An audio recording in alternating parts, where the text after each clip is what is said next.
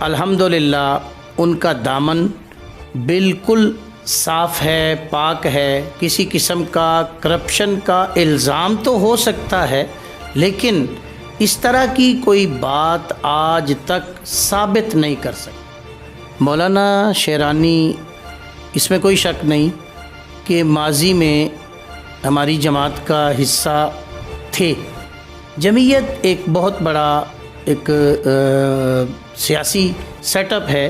شیرانی صاحب ہوں یا ان جیسے کوئی اور لوگ ہوں، ان کی پریس کانفرنس ہوں یا ان کو اگر کوئی ہائی جیک کر لیتا ہے تو اس سے ہماری جماعت کو بالکل قطعاً کوئی فرق نہیں پڑتا، ٹھیک ہے؟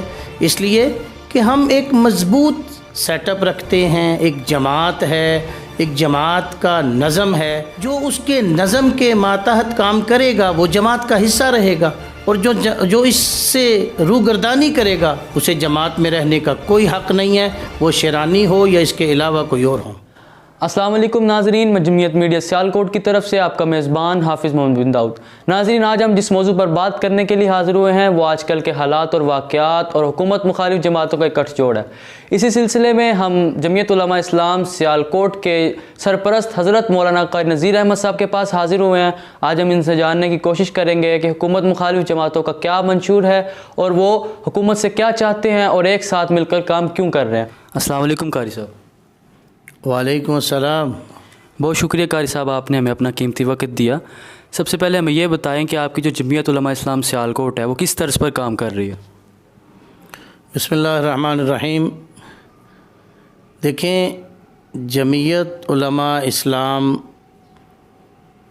وہ پورے ملک میں ایک اسلامی سیاسی جد و جہد کر رہی ہے، ہم بھی اس کا حصہ ہیں۔ تو ہم اپنی جماعت کا جو منشور ہے، جو ہمارے اکابر چاہتے ہیں، بڑے چاہتے ہیں، ہم بھی اسی طرز پہ کام کر رہے ہیں۔ دیکھیں، اسلام ہماری بنیاد ہے، لیکن ہماری یہ جو جد و جہد ہے یہ خالصتاً سیاسی ہے، اور اس میں ہم ملک کے آئین اور قانون کے اندر رہ کے ساری کوشش اور محنت کر رہے ہیں اپنے بڑوں کے طریقے پہ۔ جی، تو آپ مجھے یہ بتائیں کہ آپ کی کوئی سیٹ وغیرہ بھی ہے سیالکوٹ کے اندر؟ سیاسی جماعت مطلب کہ آپ کو الیکشن وغیرہ بھی کوئی ہوتا ہے سسٹم کے نہیں ہے؟ فی الحال تو ایسا کوئی سسٹم نہیں ہے، لیکن ہم نے الیکشن لڑا ہے سیالکوٹ سے بھی، لیکن یہ ہے کہ ابھی تک اتنا جو اس کو کہتے ہیں کہ سیاسی طور پہ ہم نے اس میں کوئی اہم پیش رفت ہم نے نہیں کی، لیکن الیکشن ہم نے لڑا ہے، اور ہماری جماعت ہر جگہ سے الیکشن لڑتی ہے، سرحد ہو، KPK، بلوچستان، سندھ، پنجاب، ہر جگہ سے الیکشن لڑتے ہیں۔ سیالکوٹ سے بھی ہم نے الیکشن لڑا ہے، اور الحمدللہ ہمارے بہت سے ووٹر ہیں، لیکن ہم نے ابھی تک کوئی سیٹ نہیں لی۔ جی، اچھا مجھے یہ بتائیں کہ آپ کے ساتھ سیالکوٹ کے اندر اگر کوئی کام کرنا چاہتا ہو، مطلب آج کل جو نوجوان ہیں وہ آپ کے ساتھ شمولیت اختیار کرنا چاہتے ہوں، تو اس کا کیا طریقہ کار ہے؟ کس طرح وہ شمولیت اختیار کر سکتے ہیں؟ دیکھیں، یہ تو بہت سمپل اور آسان کام ہے۔ جمعیت کا جو رکنیت کا فارم ہے وہ فل کرے، اور اس میں جو ہدایات دی گئی ہیں ان کے ماتحت رہ کر جو بھی کام کرنا چاہے، ہمیں اس سے کوئی سروکار نہیں ہے۔ وہ کیا کہتے ہیں، کیا کر رہا ہے، تاجر ہے، اسٹوڈنٹ ہے، ملازم ہے، کچھ بھی ہے، وہ ہمارا فارم فل کرے اور اس کے بعد ہمارے ساتھ مل کے کام کر سکتا ہے، لیکن جمعیت کے اصولوں کے مطابق۔ تو آپ مجھے یہ بتائیں، آج کل جو حالات چل رہے ہیں، اور مولانا شیرانی صاحب نے پچھلے دنوں بہت اہم پریس کانفرنس کی اور انہوں نے اپنا ایک نیا گروپ متعارف کروایا ہے، تو کیا آپ کو لگتا نہیں کہ آپ کی جماعت ٹوٹنا شروع ہو چکی ہے؟ دیکھیں، مولانا شیرانی، اس میں کوئی شک نہیں کہ ماضی میں ہماری جماعت کا حصہ تھے، لیکن اس طرح کی ٹوٹ پھوٹ اور اس طرح کے چھوٹے موٹے جو حوادثات ہیں وہ چلتے رہتے ہیں۔ جمعیت ایک بہت بڑا ایک سیاسی سیٹ اپ ہے اور ایک جماعت کا ایک پورے ملک کے اندر نیٹ ورک ہے۔ شیرانی صاحب ہوں یا ان جیسے کوئی اور لوگ ہوں، ان کی پریس کانفرنس ہوں یا ان کو اگر کوئی ہائی جیک کر لیتا ہے تو اس سے ہماری جماعت کو بالکل قطعاً کوئی فرق نہیں پڑتا، ٹھیک ہے؟ اس لیے کہ ہم ایک مضبوط سیٹ اپ رکھتے ہیں، ایک جماعت ہے، ایک جماعت کا نظم ہے، جو اس کے نظم کے ماتحت کام کرے گا وہ جماعت کا حصہ رہے گا، اور جو اس سے روگردانی کرے گا اسے جماعت میں رہنے کا کوئی حق نہیں ہے، وہ شیرانی ہو یا اس کے علاوہ کوئی اور ہو۔ اچھا قاری صاحب، ایک سوال آپ سے عوام کا بھی ہے۔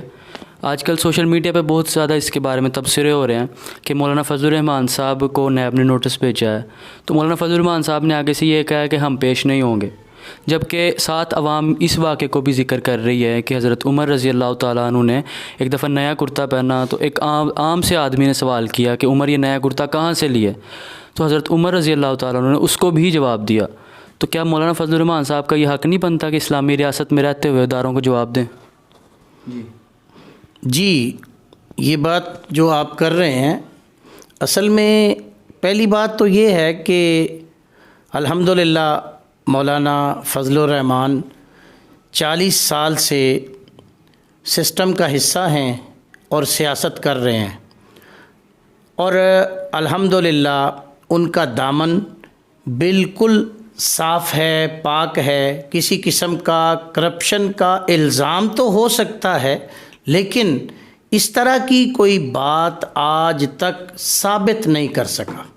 رہی یہ بات کہ پراپیگنڈا ہو رہا ہے، دیکھیں جی، ہمارا تو یہ ملکی مزاج ہے، ہمارے میڈیا کا مزاج ہے اور ہماری حکومتوں کا یہ مزاج رہا ہے کہ وہ جس کو کیا کہتے ہیں، جو ان کی حکومت مخالف تحریک کا حصہ بنتا ہے تو اس کے خلاف اس طرح کے ریفرنس اور یہ وہ چیزیں دائر کر دیتے ہیں۔ رہی بات سیدنا فاروق اعظم رضی اللہ تعالیٰ عنہ اور ان کے زمانے کے لوگوں کی جو بات ہے، جہاں تک اس کا تعلق ہے، تو اس کے لیے اگر واقع میں دیکھیں، وہ احتساب کے لیے تو تیار ہیں، جواب دینے کے لیے تو تیار ہیں، لیکن جواب دینے والوں میں اس کی اہلیت بھی تو ہو تو کہ وہ مولانا فضل الرحمان سے اس طرح کا وہ ان پہ کوئی الزام جو ہے وہ لگا سکیں۔